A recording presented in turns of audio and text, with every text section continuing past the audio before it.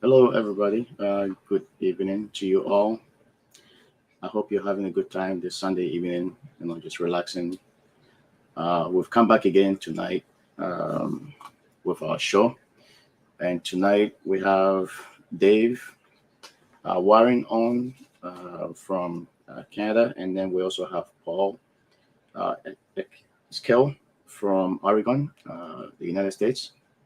I'm so excited to have them on tonight, to hear from them their personal experiences when it comes to fathering and being present in the lives of our children. Mark will be joining us shortly as well. And so I'm going to bring our guests on, Paul and Dave, on. So we have Paul and also we have Dave, who is live with us. Paul, Dave, thank you so much for your time tonight. Thank you for, you know, taking the time to be on the show with us tonight. There are many people out there that want to be able to hear your experiences when it comes to fighting for our children and doing everything possible to be in their lives. Fatherhood is such an honor. Um, you know, it's a privilege, right? And it's not, there are people that try to have children for somehow, some reason they're not able to. And for some, God, gives them that privilege. Blesses them with children, and part of the expectation is that we, you know, play active roles in the lives of these children. Nurture them, help them in their growing process, and provide them what they need, to survive in this life.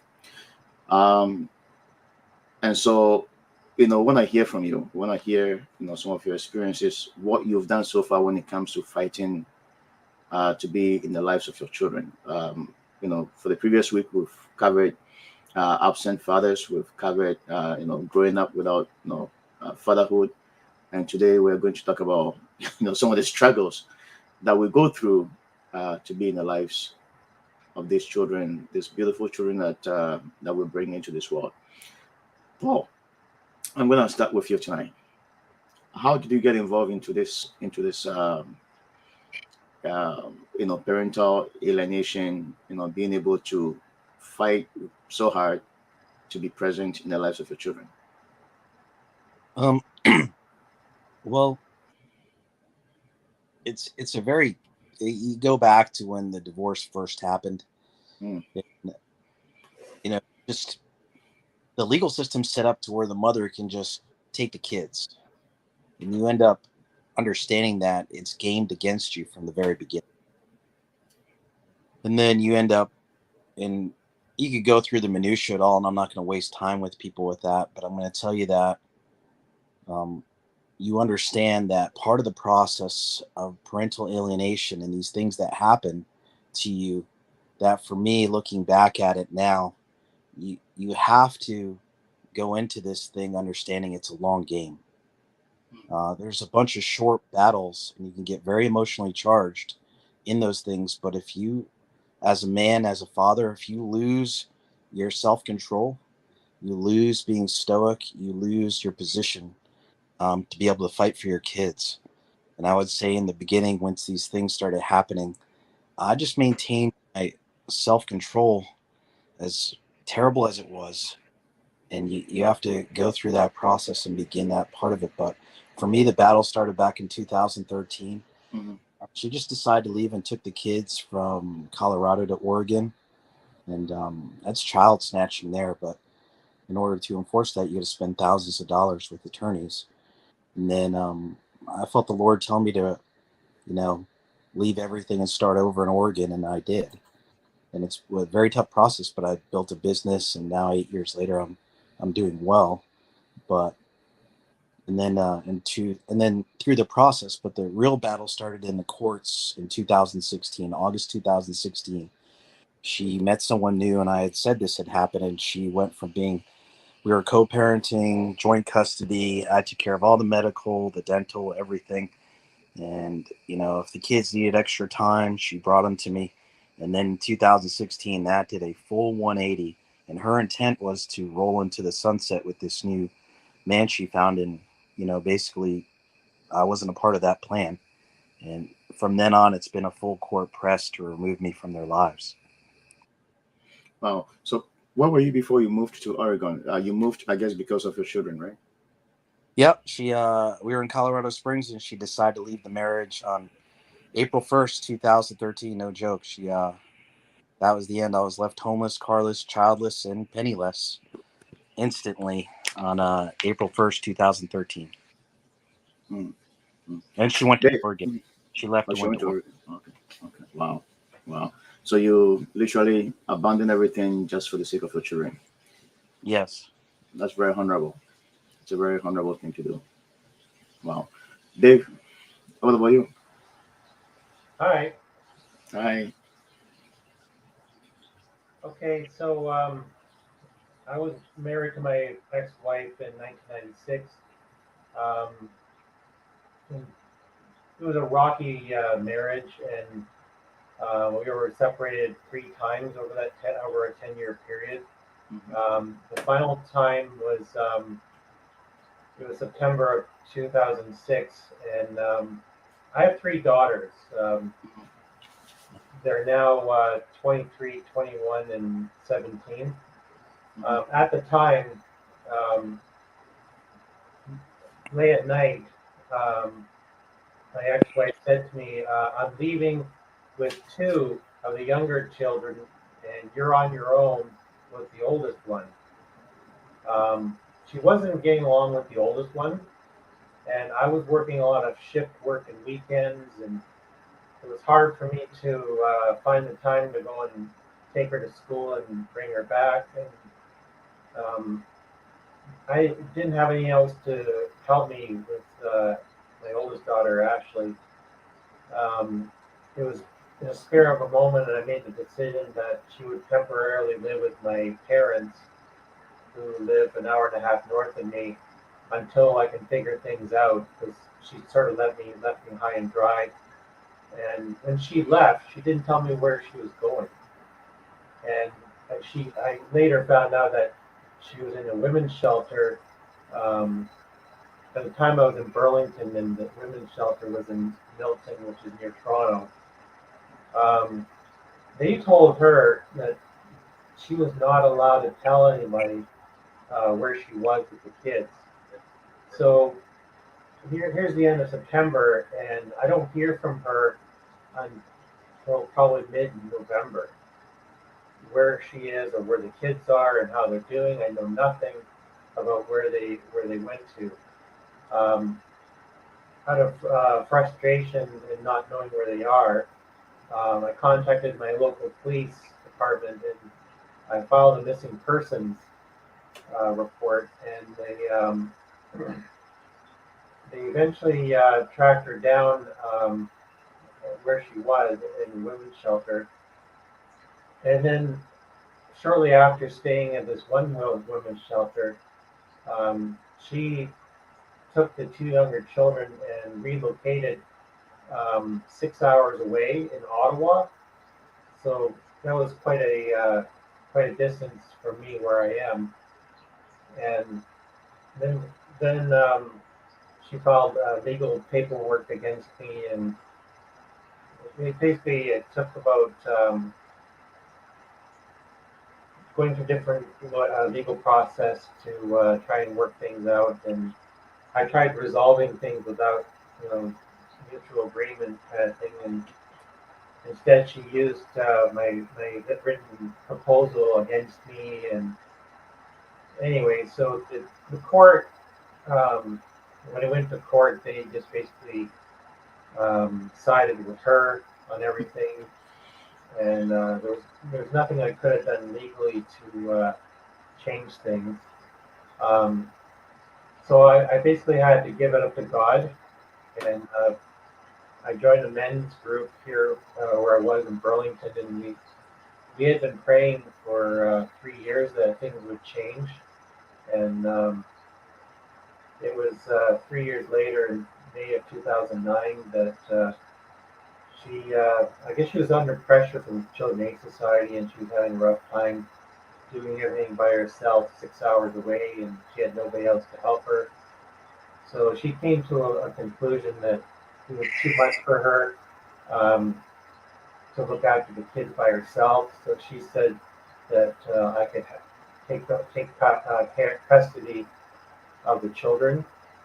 So I went to Ottawa and brought the children back to live with me, and they had been living with me ever since that point. So it's just basically a godly intervention of trusting in Him and praying and sharing with other men and just not giving up hope that things would change. And I would never wish this upon any man. And she was definitely making it difficult for me to have a relationship with the children. But I'm so praise God that he was involved in this process and provided a resolution to the matter. Wow. Sounds like you both are men of faith, which is very, very, very good. Going through going through this, you need God. He's the only one that can strengthen you and give you that courage and the hope. Uh, but Paul, just coming back to you, having to change states. What was behind it? Like, what moved you? Like, what was the key factor in getting you to that point where you decided that, you know what, I'm gonna chase, after my children. I'm gonna be close to them, and I want to be in their lives. What really pushed you to do that? Because not many people would do that, right? Most people would just walk away and just leave it as it is. But you went that extra mile. Well, honestly, I mean, I served in the military and then I spent 4 years with another government agency afterward. So I'm pretty sure somewhere in those psychological profiles, they're looking. I believe the key main ingredient is loyalty. Hmm. And I'm loyal. I don't know how to describe it any other way. And I grew up, I was an orphan. I was a foster kid. I'd been in youth shelters and different foster homes. And, I didn't have a father. And so my work, whatever my hobbies were, that wasn't my main focus. My main focus was to be a husband and be a father. And you can't make somebody love you. It's just the way it is. And if they want to leave, it's set up legally for them to just simply walk out. And then they can walk out with tremendous allowances that really should be illegal. And so it wasn't an option for me not to be there for my kids. And it just, I guess my mentality from the military, I did 910 days on the ground between Iraq and Afghanistan and 15 tours. And so my mentality was, if I'm willing to sacrifice that for my nation, or that organization, that government organization, really would never remember me. Not really. I'm certainly going to sacrifice it for my kids. I mean, it's just not even an option. And I'm fortunate to have skill sets that I can go anywhere and make money to a certain degree. So that does help a lot. So everything was pretty much going well until the courts got involved. Because I find sometimes that, once you start going through lawyers and the courts, they amplify everything. They make things actually become worse. I'm not sure if you experienced that, Paul. Well, in 2016, August 2016, I had a world-class attorney, Ron Hostetter, out of Enterprise, Oregon. It's a little town, but man, that guy's amazing. And when he came down, he said, "Paul, I want to let you know right out the gate." This was one of the first conversations we had. He said, "You're in the worst state in the nation, in the worst county for this type of litigation. Mm. So you need to understand that as we begin this process." And even when we went through the process and we're waiting for the decision, he looked at me and he said, "I don't really know what the judge is going to say." He goes, "But you have 3 good years with these kids, and that's more than most get." And so the legal system is absolutely savage, and it's 100% geared against fathers. And you're talking about dealing with judges that don't know how to determine who's telling the truth, essentially. I based on personal experience, I think sometimes they do, but um, they just don't want to deal with it. Yeah, um, they don't, 100%. yeah, they don't want to deal with it because I mean, they are trained to know who is being truthful and who is lying, and the fact that they ignore it, sometimes I think that they just don't want to deal, uh, with the facts. By default, it's the system is designed in such a way that when these things happen, by default, children always goes with the mother, not acknowledging the fact that the father's presence in the life of a child is so critical, for their own personal development. And so it becomes an uphill battle, where you have to fight your way up, and it gets difficult. Believe me, it gets very, very difficult. Um, so, Dave, you have your three girls right now. My two older daughters are adults now, and they moved out. Um, the youngest daughter, 17, lives with me right now. So, how, like, can you share your experience you had, like, raising, you know, these three girls all by yourself? Yes, my mother moved in with me in 2007, and she helped me, first of all, raise my oldest daughter with me. And then when the two younger ones came to live with me, my mother continued to live with us until 2011. Um, at that time, I was having positive relationships with the ex-wife, and we tried living again together again, and unfortunately, it ended up not working out. And she social workers were involved, and I ended up living alone with the girls on my own and doing everything on my own. And it was not easy. The social workers, they, for the most part, they were on my side, but I still had to prove myself as a parent, and I had to take parental courses and just do everything I can to show that I'm a confident parent. Hmm. Wow. Paul, what's your view on deadbeat fathers? I mean, I hear this, a lot of politicians using, the word or the phrase deadbeat. Uh, What's your take on it?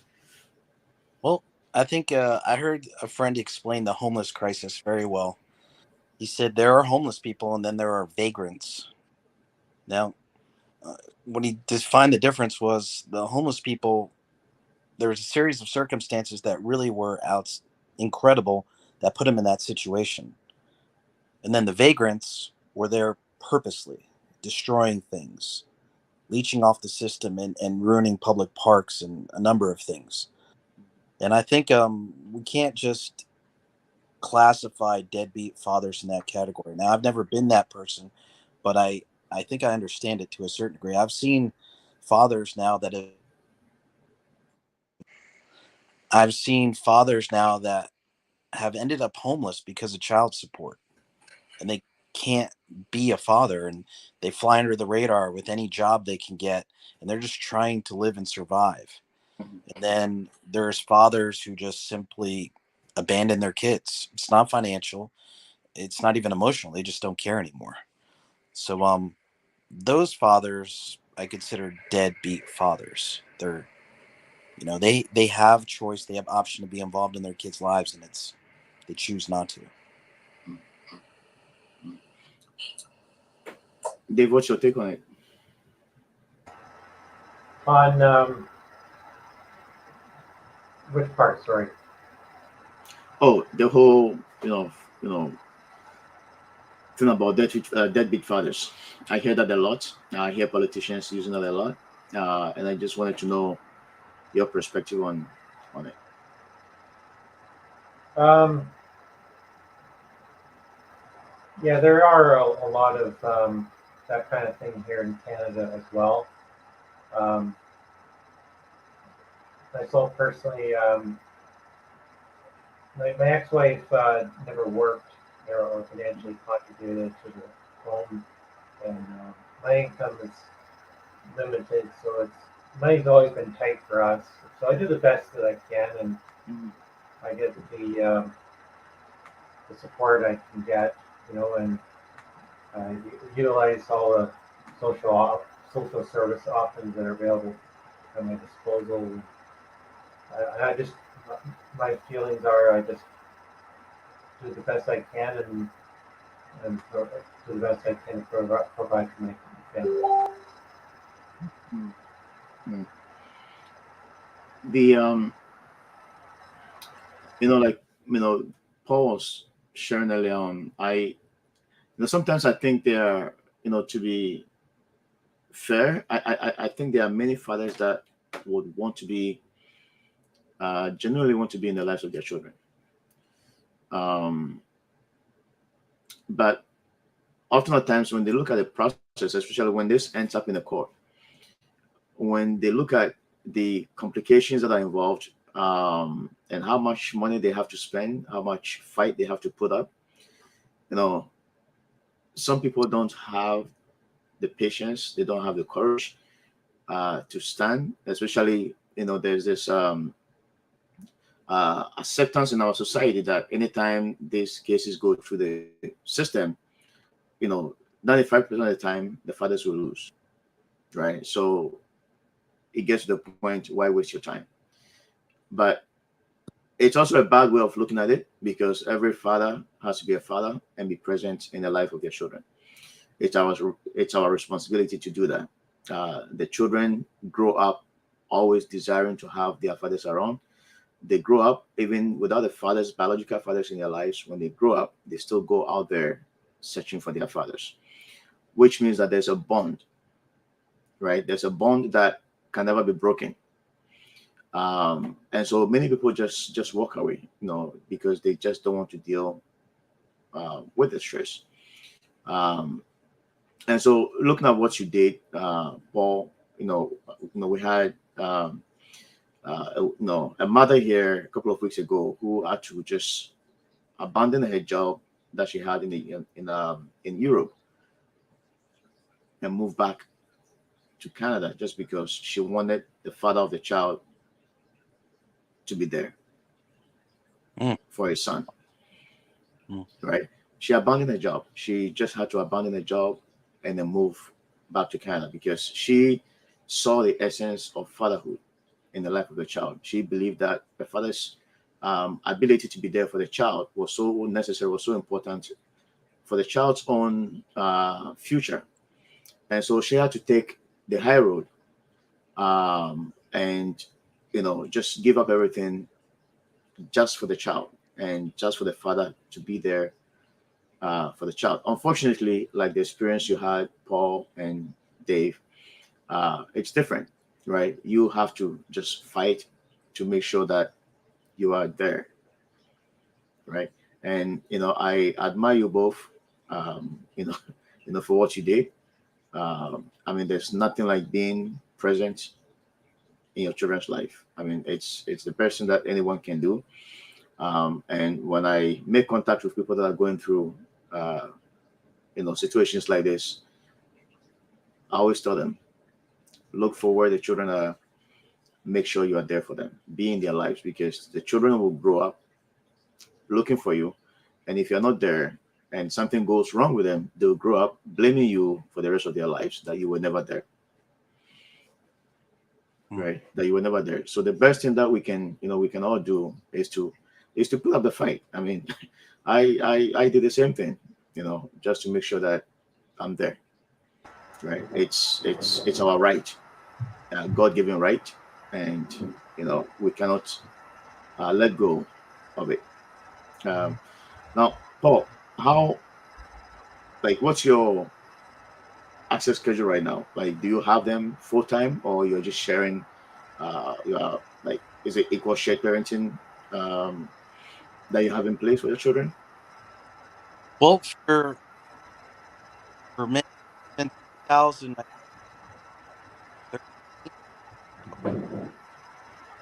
Your line is breaking. Mhm. Huh. I don't know what. That's me doing that. Yeah, yeah, I think it's good now. Yeah, I think it's good. Okay.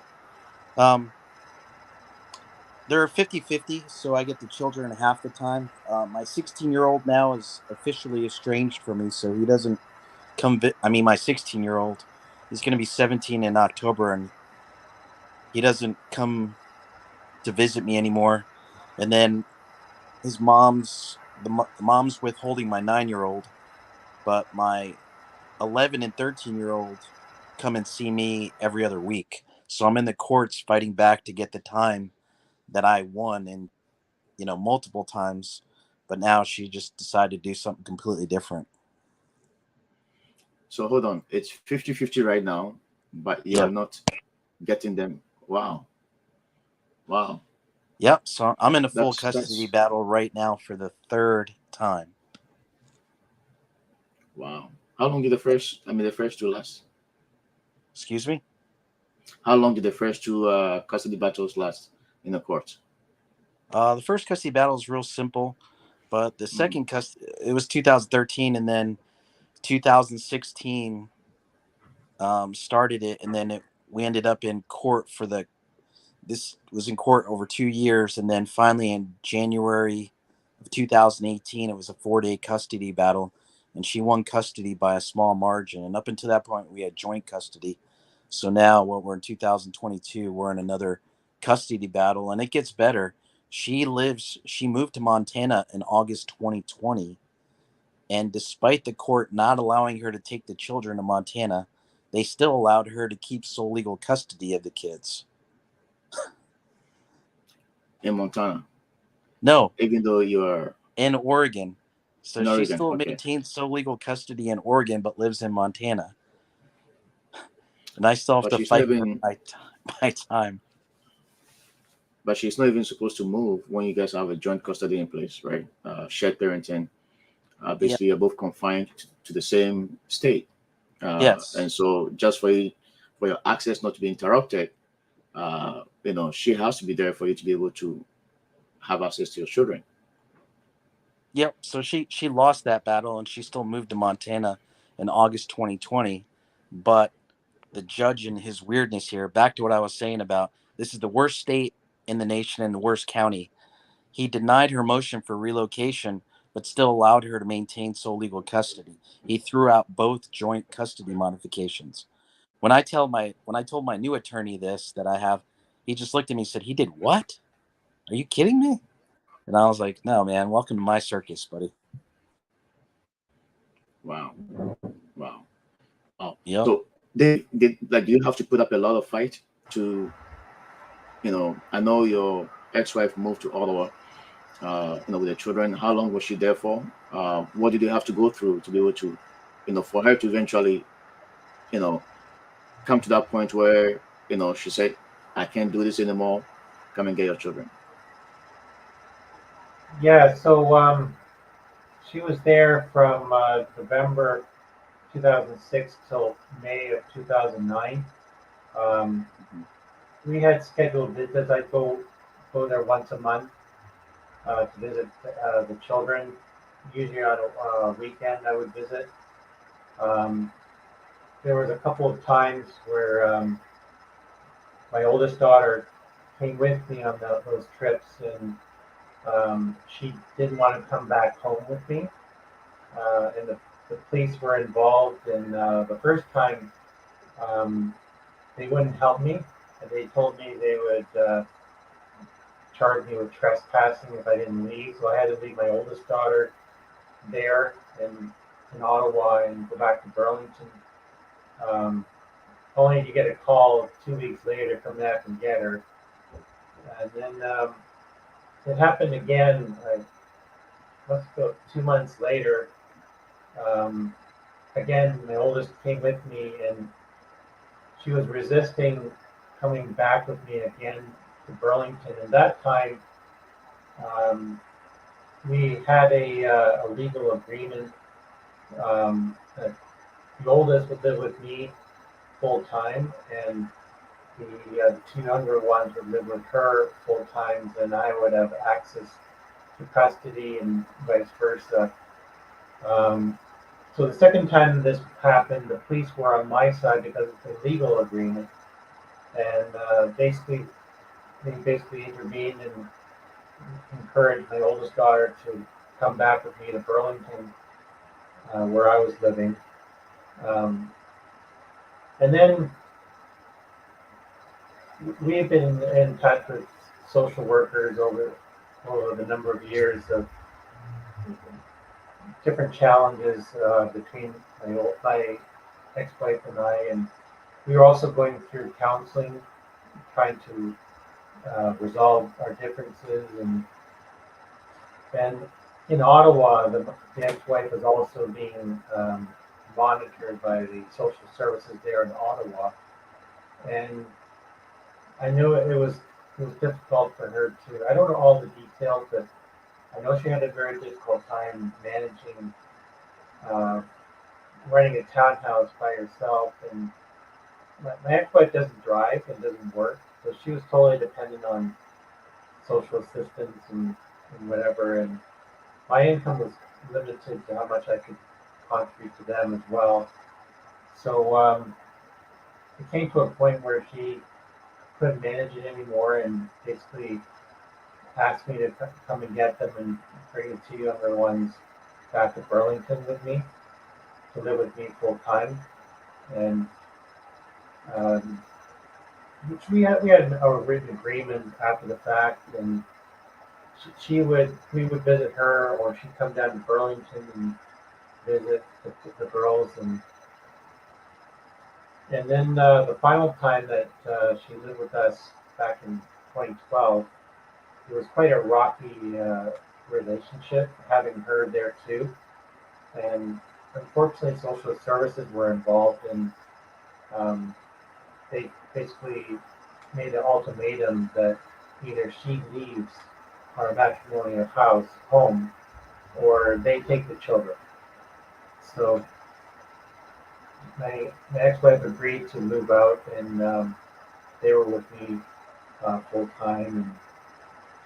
And my oldest daughter moved uh, 1,500 kilometers away to the west coast of Canada, in New Brunswick. Unfortunately, I'm estranged with her. She doesn't talk to us anymore. She has some bitter feelings of things that happened in the past. And my middle daughter, she moved uh, out of the home 2 years ago, um, in Brampton, which is north of Toronto. And talk to her from time to time, but it's kind of estranged as well. And my youngest daughter, she was really close with the ex-wife, and so it's been a rocky relationship the last few years, and she's always been uh, more favorites with the mother. So it has not been easy, but anyways, but God's always been there, and He's always provided, and He's always in control. And what a really big thing that helped me is I participated in two separate church divorce programs. So one that I did was called Divorce Care, which I believe is still going on across Canada and the United States.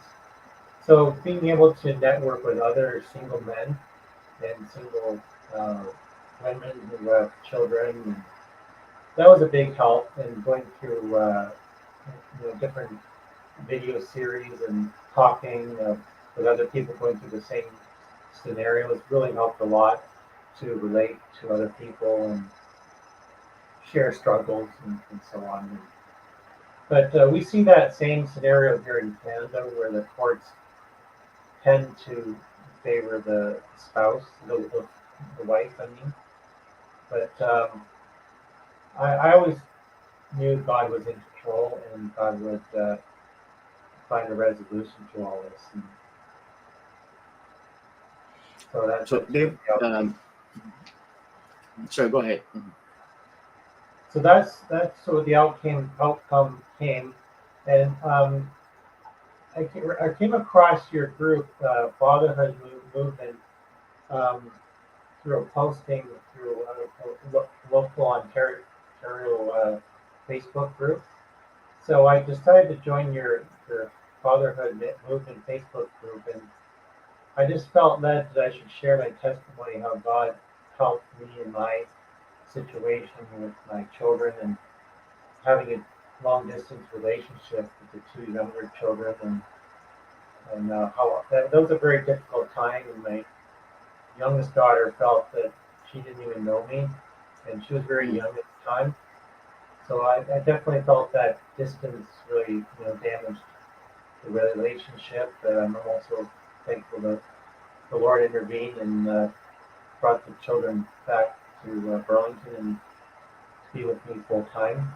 So I'm absolutely convinced that it's God's hand in this matter, and everything I tried doing was met with a roadblock of lawyers and police and social services, and then things started changing in 2009, and the tide was turning, and the Lord was opening doors that were never opened before, and praise God for that.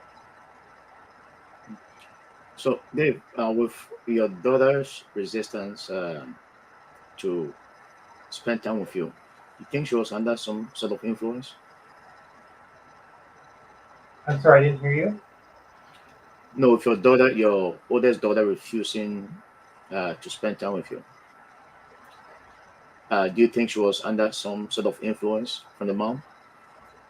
No, she's my oldest daughter feels that the mother abandoned her because she would not take her with her to Ottawa and favored the two younger sisters. So, and Mm. she was, there's more to the story, but I can't really divulge into it. There's Yeah, understand. other legal matters at hand, and I can't discuss unfortunately. But I think it was just a bad relationship between the mother and I, and I'm not innocent. We had our disagreements, and obviously, as a man and a woman, we all make mistakes and say the wrong things and argue in front of your kids. And I think that was a big contributor to the bitterness towards me is, the arguments that I had with my ex-wife. And I know my oldest daughter was angry with me that I brought her back to live with us in 2012. I did that because of the churches that I was involved with at the time, and they were encouraging me to get back together with her and try and make amends. But it ended up being a no-win scenario. So I know she was really there with me letting her live with us again. So I've just given my oldest daughter to the Lord as well, and I believe in time that there will be some kind of healing and reconciliation. Mhm. And same with my other daughters, that there will be some kind of healing and reconciliation. I trust the Lord's in control. Mm. And thanks for sharing this, Dave. I think one of the mistakes that parents do is to split up the children, and it creates uh, a different atmosphere for the children, thinking that my dad loves me more than my mom, and mom loves me more than my dad. So within them, there's a level of conflict that they are fighting deep down inside of them. Okay, which of the parents love me more? And I think that's the phase that your daughter probably had to go through, thinking that you know, the mom just didn't want to be there for her, and she took the youngest one, left the oldest one with you, because she probably thought that no, mom didn't love me. She left me with that, which is a wrong thing. Ideally, what I always advocate for is for both of the parents to be active in the lives of the children. That's it's the basic common sense approach to parenting, that both of the parents not the mother nor the father taking sole custody, but equally share time. For both of the parents playing active roles. Doing their fair share to raise these children the way they should be raised up. Paul, I've seen a lot of your pictures on Facebook, and from what I gather, you have a very close relationship with your kids. I mean, I, you know, you are very active, very very active in their lives, and you are there for them. I mean, for the fact that you have to move from one state to the other, I mean, speaks a lot about you. How do you do that? How do you maintain that bond with your children? Well, I think it's a couple of things. Um, like my priority mission is being a dad. That's really Mm, that. My business is number two, and then in there's other relationships. And I don't have a girlfriend. I don't pursue women. I've been single for like almost 9 years now. Um, so with that, and then because I own my own business, I literally can make my own schedule. So I'm able to be physically there for every practice, every game, whatever have you. I'm home throughout the day because if I don't have a client, I can come home because I'm within 1.5 miles of my business. And then I happen to have extracurricular activities that are fun. And then part of my job incorporates athletes that they know and friends. And so I've purposely geared my whole life to be able to have control of my time. Because what I've discovered is most men don't have control of their time. So that dictates how the courts respond to them and how children respond to them and what they can or can't do. I'm able to dictate my time. I don't make a ton of money, but I make enough to be able to do a bunch of fun things and be able to be fully involved in. And I think the other thing too is I sit down and talk with my kids. Like a simple rule, we sit down and eat dinner, I'll make breakfast and try to make a night. I can cook and I've gone out of my way to learn how to cook and we have no cell phones at the dinner. And then at least a couple of nights a week we'll have movie night. And I make a point to sit down with each child and just talk with them. Like if I'm walking my dog Buster and I'm going for a 45-minute walk, I'll tell my daughter, "Hey, get up! You're going walking with us," and we'll just talk. And she likes animation, so she'll tell me about her favorite characters and in that, and explain each one and what's going on in the animation she's watching. And then Ashton, will talk about fitness and working out and different things. And I just make it. I try to keep conversation very intentional and be very involved in what they like. And then on top of that, we have transparency with all digital devices. So mm, like they have my password access code to it, to my computer, my phone. I have it for their digital devices, and anytime I can look through them. And I think that prevents a lot of things from happening and keeps communication fresh and transparent. But I really try to, and I wake up and I purposely grab them by the head. I pull them in close and I kiss their forehead. And I try to have positive contact, physical contact, where there's affection and love. And, so that's how I do it. wow, wow. That's a very very good thing you're doing there, Paul. Um, when they are around, you know, like, do they engage with their mom, or does the mom has any influence when they're with you, when they have your time? Like, is there any external influence? Which most parents do experience that. I've had a couple of people that will reach out and say, okay, what do I do in this situation? Where I have the children and the mother is constantly interfering in the father's time with the children. Have you experienced that so far? Well, I'm experiencing right now. I mean, there are moms withholding my 9-year-old from seeing me. I haven't seen him since this last week in April. My attorney's filing court paperwork tomorrow to enforce that time with my son. But she's chosen to make him the favorite and she wants him to go to Montana with her permanently. And that's another story. And then because she has sole legal custody, she can still control certain things and activities. And the problem is the schools don't understand the legal process and then they just say hands off.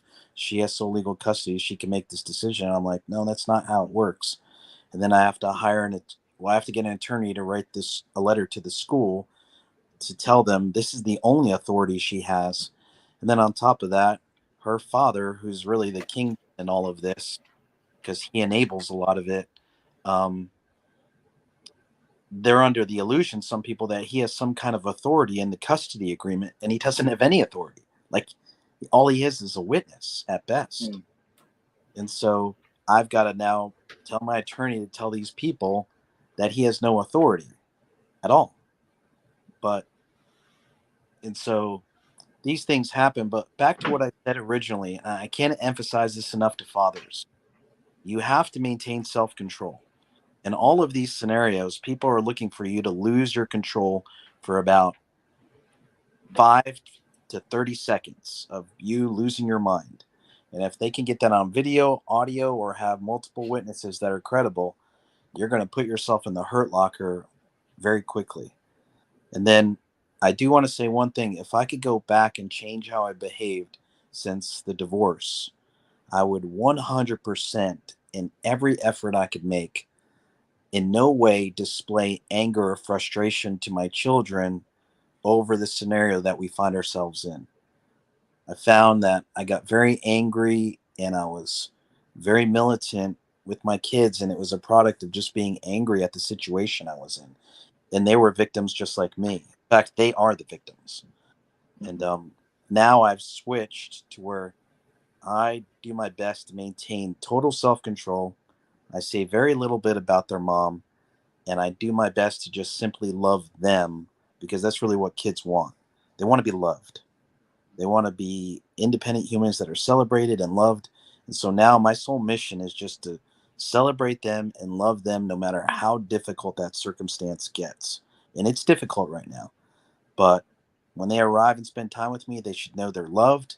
It's safe here. They're going to be respected, and I'm going to celebrate what they're interested in and their activities. My kids are now old enough to where they want to go sleep over at their friend's house or go on a bike ride by themselves, and the age category of being the superhero and always want to be around my dad is slowly leaving, and I'm okay with that transition, and I'm at peace with it. Dave, do your two girls do have like access to their mom? Like, are they able to communicate with her, build a relationship? Yes, they are able to communicate. Yes, they primarily Skype call primarily. Um, she right now lives in Kitchener, which is about 2 hours, About an hour, yeah, yeah. about 2.5 hours from where I am. So it's closer now. They, I just took my youngest daughter to visit her mom just last week. And, my middle daughter, she drives, so she visits on her own from time to time. But there's no set schedule. We just sort of go on the fly of them seeing her. And we used to have a schedule before where we would see once a month or something like that on certain weekends or whatever. But it was pretty flexible overall. I think you did the right thing. You did the right thing to make sure that your girls get to see their mom. Because at the end of the day, they equally need their mothers as much as they need their fathers. Um, it's just that balance. They need the balance, and so there are some things that children can never learn from their fathers. They can only learn that from the moms. The same way, there are some things that they can never learn from from the mothers, but they will need to depend on us. And so that balance is so important, and that's one of the reasons why a group of us are advocating so much to promote equal shared parenting. Uh, to make sure that both of the parents are there in the lives of the children. It's the right thing to do, and I think we all need to support that. I know much of the U.S. A lot of states are passing shared parenting laws, which is the right thing to do. It's the right thing to do for the children, primarily for the children. It's in the best interest of every child to have access to both of their parents. Um, and I like the advice that you gave, Paul, about staying calm, because going through the process, one of the things that the other side wants to see is for you to flip, so they can label you as a violent person, label you as somebody who is not cooperative, somebody who always wants to fight, to justify an anger. And so we need to be alert and be calm. Just no matter how difficult it gets, you still, there's the need for us to play calm, for us to play cool, because you don't want to be labeled. Once you're labeled, that label sticks with you throughout the court process, and you have to do everything to justify yourself that the label that's on you is false. You have to prove that to the social workers. You have to prove that in Canada, the Children's Aid Society, and also the family lawyers, that this is just a label that has been placed on you. Maybe it's just a few seconds, few seconds, and you've got the label on you that you have to live through the court system, just trying to defend yourself that no, this is not who I am. I'm better than this. I'm much calmer. I'm cool. But because of that few seconds anger, and somebody may have it on video, like you said, it becomes a permanent label that sticks with you throughout the process. And honestly, most parents will tell the children that your dad is violent, your dad is this, your dad is that. Meanwhile, it may not necessarily be true, but that is what you have demonstrated. And so, to many of our viewers, like Paul advice, stay calm, stay calm, and be positive, because there's always hope. There's always hope. I mean, these children will always grow up. They will always look for the fathers. The same way they will look for the mothers, they will look for the fathers. Dave, I'm gonna come back to you. Any final thoughts? Any final words for our viewers tonight? Yes, don't give up hope. Seek others in your same situation for support, networking. Find a divorce care group that you can talk to other people. Just don't do it alone. Um, and also, connect with a church that supports you and is willing to pray with you and talk with you. And I found it very helpful as well going for long walks with people from my church and just talking and praying and just keep the communication going. And I believe the enemy works best when we're isolated and alone and Yeah. living in fear. And we need to uh, walk in faith that the Lord's in control and He will deliver us from the enemy Hmm. Paul? and make things Oh, right. sorry. Go ahead. Go Paul, ahead. any final? Any thanks, Dave. Paul, any final thoughts? Final words for our viewers? First of all, for anyone who's watching this and you listen through the whole thing, I want to say thank you. Um, Two, if you're a father and you're in any capacity, doing what you can, even if it's one day out of the month or whatever it is you're doing, or you're just showing up just at practices because you don't have access to your kids and you're just doing the best you can to be somewhere in the background. Keep up the fight. Um, I would recommend that if you understand what I understand, and that the legal system is really real and you're going to find yourself in it, by all means, develop the amount of resources so that you can hire the right representation, because being represented well makes a difference. Mhm. You could say I can't afford it, but the reality is, if you got to get three jobs and start building a war chest to fight, it's worth the three jobs.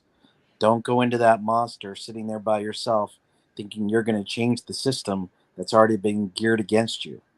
Um, I'm going to highly recommend that. Also, too, like I said, do your best to not express any anger when you're around your kids about this situation.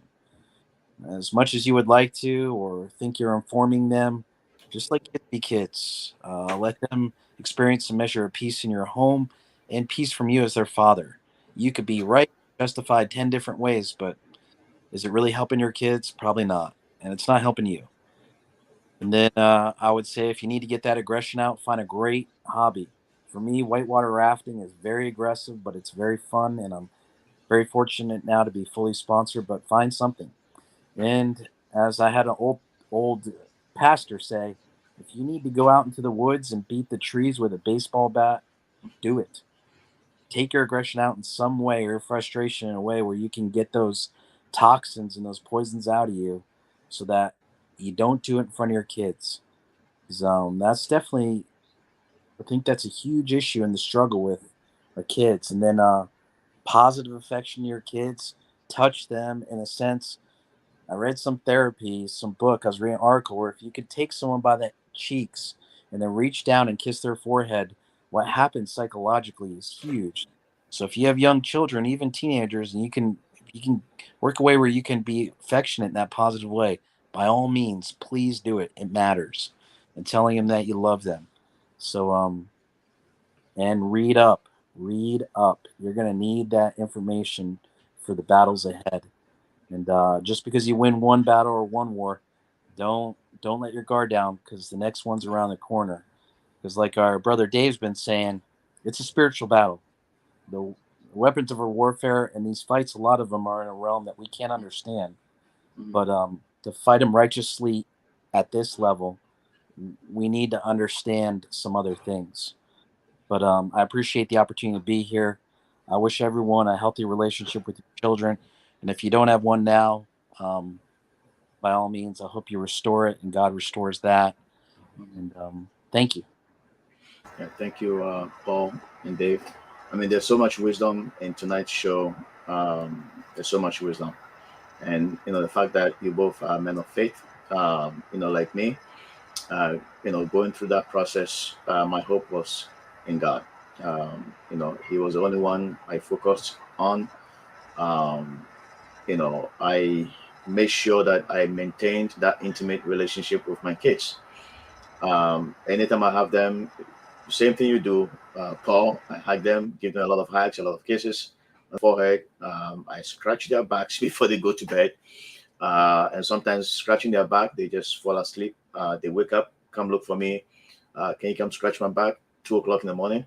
And honestly, I take joy in that because it's just an assurance that they still want your touch. They still want your presence around them. And so that intimacy with the children goes a long way. One of the things that they just the assurance that they want from us is to show them love. The love goes a long way. Once they know that you love them, I mean, they will go all out for you. And so for fathers that are watching us, if you don't have a relationship with your children, we've heard from Paul, we've heard from Dave. I mean, do everything possible to establish or maintain a relationship with them. Not just any other relationship, but it has to be very intimate. Because that bond is very, very, very necessary for their growth, for their own development. Thank you so much for watching us tonight. On Thursday night at 9 p.m., we are back. I'm going to be screening Raising Families. I believe most of you have watched it, but I'm going to screen it. It talks about exactly what we are talking about tonight. This a documentary that was put together, and I've watched it several times. I've screened it to a lot of faith groups, and I'll continue to do that. It's a very very good movie, and I encourage you all to be back on Thursday at 9 p.m. Eastern Standard Time to watch this movie. It's about an hour and a half, and there's a lot to take away from this movie. And if you have the chance, let's connect later on. I'm also a very man of faith. God is my backbone. Everything I do, I look at it from the perspective of how God will see it, in me. So, let's continue to fight this battle. Our children need us. We have to do the best that we can to make sure that we are active in their lives. Thank you so much for watching us tonight. We're back Thursday night at 9 p.m.